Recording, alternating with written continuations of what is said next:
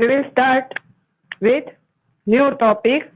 Plastics are poor conductor. Right, first paragraph हमने कल explain किया था कि प्लास्टिक जो है वो हीट एंड इलेक्ट्रिसिटी के पुअर कंडक्टर मीन्स उसकी इफेक्ट वहां पे निग्लिजिबल या होती नहीं है और इसीलिए उसका यूज हम प्लास्टिक के जो इलेक्ट्रिक वायर है राइट उसके ऊपर जो कवरिंग होता है उसमें फिर स्क्रू ड्राइवर के हैंडल में हम उसका यूज करते हैं किसका प्लास्टिक का Did you know plastics find extensive use in the healthcare industries?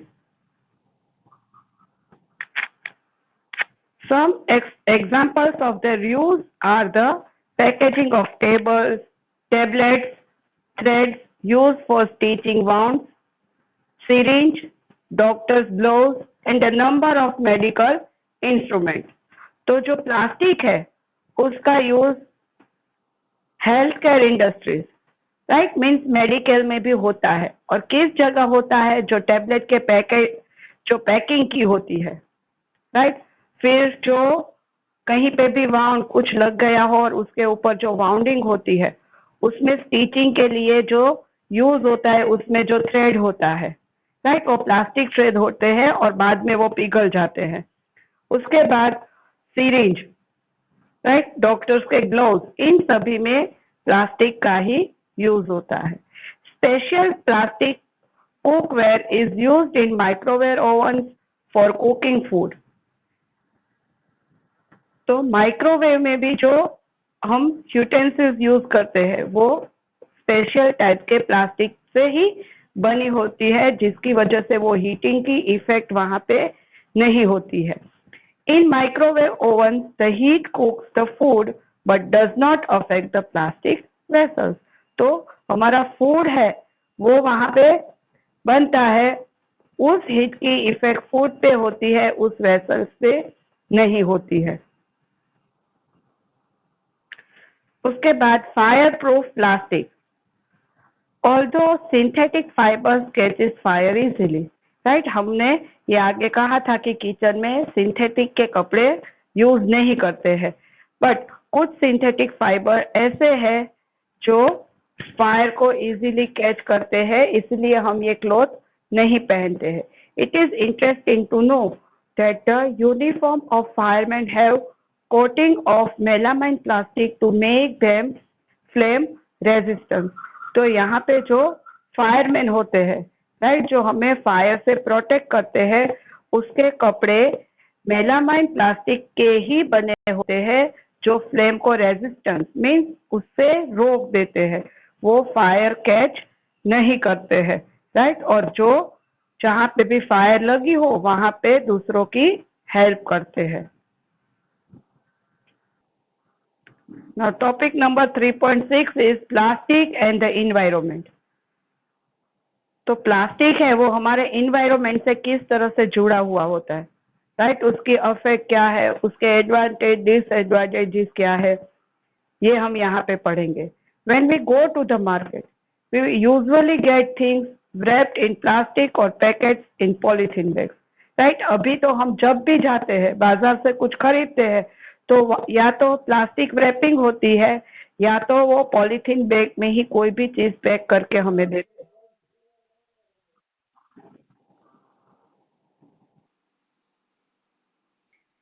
That is one reason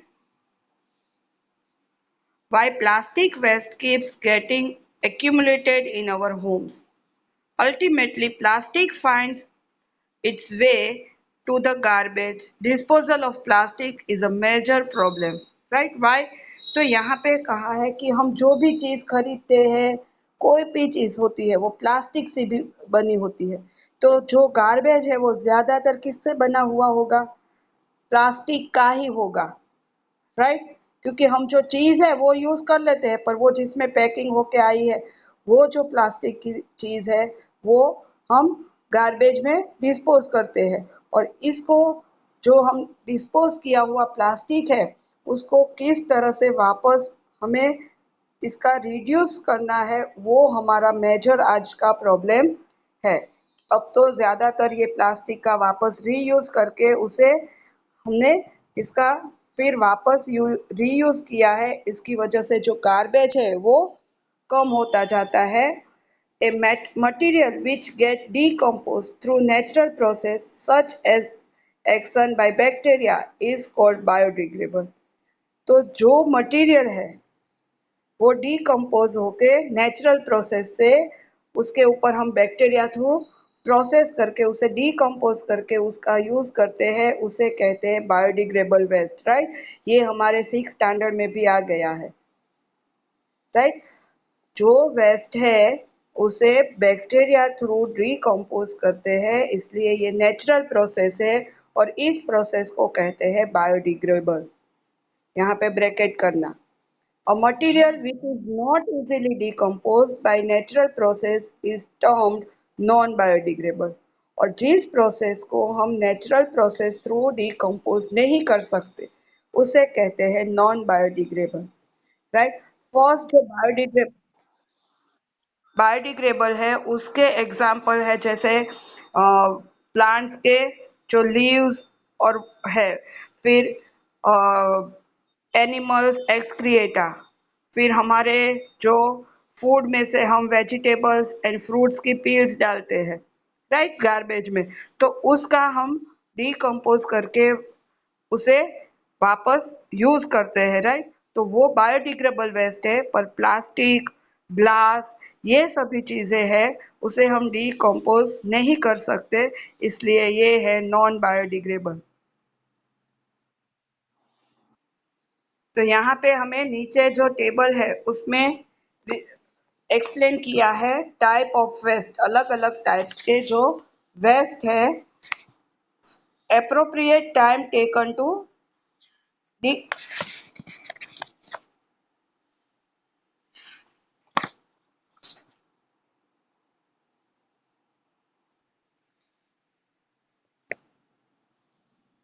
nature of material. तो जो यहाँ पे हमारे जो वेस्ट है उसका कौन सा बायोडिग्रेडेबल है और कौन सा डी बायोडिग्रेडेबल है, यहाँ पे हमें एक्सप्लेन किया है।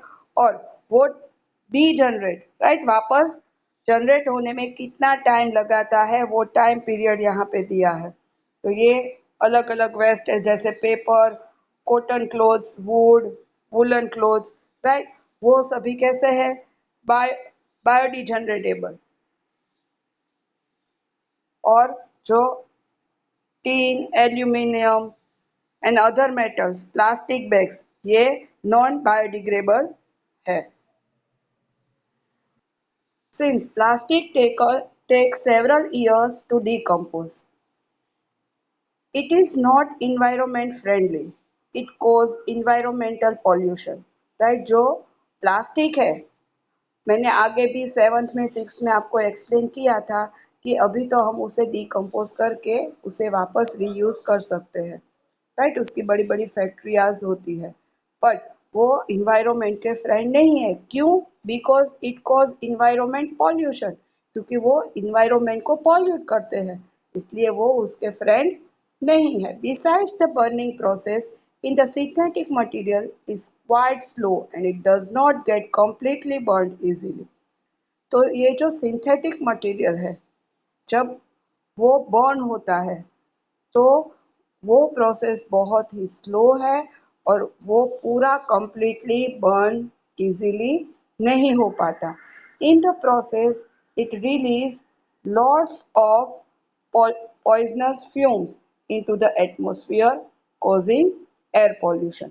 और जब ये बर्न होता है, राइट, ये जब जलता है तब उसमें से बहुत ही सारे जो एटमॉस्फेयर में जो गैसेस रिलीज होते हैं वो कैसे होते हैं?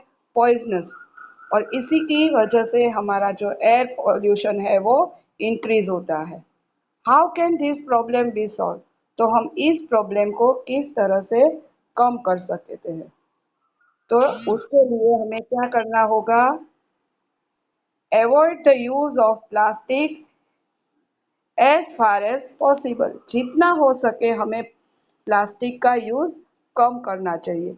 Make use of bags made of cotton or jute when you go for shopping.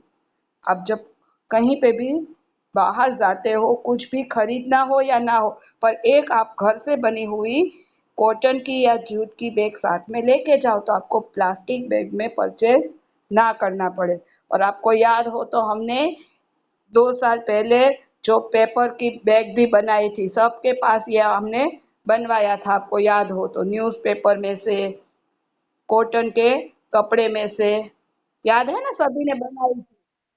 सभी ने बना के अलग अलग अच्छी अच्छी, बहुत अच्छी अच्छी बैग बना के दी थी। The biodegradable and non-biodegradable waste should be collected separately and disposed of separately. और ये भी हमने ये पढ़ा था कि जो बायोडिग्रेडेबल वेस्ट है और नॉन बायोडिग्रेडेबल वेस्ट है, वो दोनों अलग अलग सेपरेटली कलेक्ट करके उसे अलग अलग मेथड से इसे डिस्पोज करना चाहिए। और अभी तो आपको पता ही है कि जो डस्टबिन आ गए हैं वो भी इसी तरह के कलर वाइज आपको पता चल ही जाएगा कि उसके कलर के हिसाब से हमें उसमें उस टाइप का वेस्ट डालना है। Practice these in your homes. Can you suggest some other way in which you can contribute towards reducing the use of plastic material? इसके अलावा भी आपको कोई आइडिया हो तो आप सजेस्ट कर सकते हो कि किस तरह से हम प्लास्टिक का यूज़ है हो सके उतना कम करें, जिसकी वजह से प्लास्टिक वेस्ट ही इकट्ठा ना होगा तो हमें उसे डिस्पोज करने में भी कोई प्रॉब्लम नहीं होगा। It is better to recycle plastic waste. Most of thermoplastic can be recycle, right. इसका जो वेस्ट है हमने अलग इकट्ठा किया होगा तो वापस उसे रिसाइकल करके हम उसे रीयूज ले सकते हैं। तो ज़्यादातर जो थर्मोप्लास्टिक है उसका हम इस तरह से रिसाइकल उसमें प्रोसेस कर सकते हैं। Make a list of items that can be recycle. तो कौन सी जो आइटम्स है उसका हम रिसाइकल मीन्स वापस रीयूज कर सकते हैं। However, during recycling, certain coloring agents are added. This limits its usage especially for shortage of food. As a responsible citizen, remember the 5R principle. 5R principle means 5 times R. R से कौन कौन सी चीजें reduce means कम करो, क्या plastic का use कम करो। Reuse वापस उसका यूज करो। रिसाइकल, राइट, जो रिसाइकल प्रोसेस होती है वहां पे वो जाएगा तो जो वेस्ट है वो इकट्ठा नहीं होगा। रिकवर एंड रिफ्यूज, तो ये 5 टाइम्स जो आर है, राइट, इसे 5R प्रिंसिपल कहते हैं, ये भी याद रखना।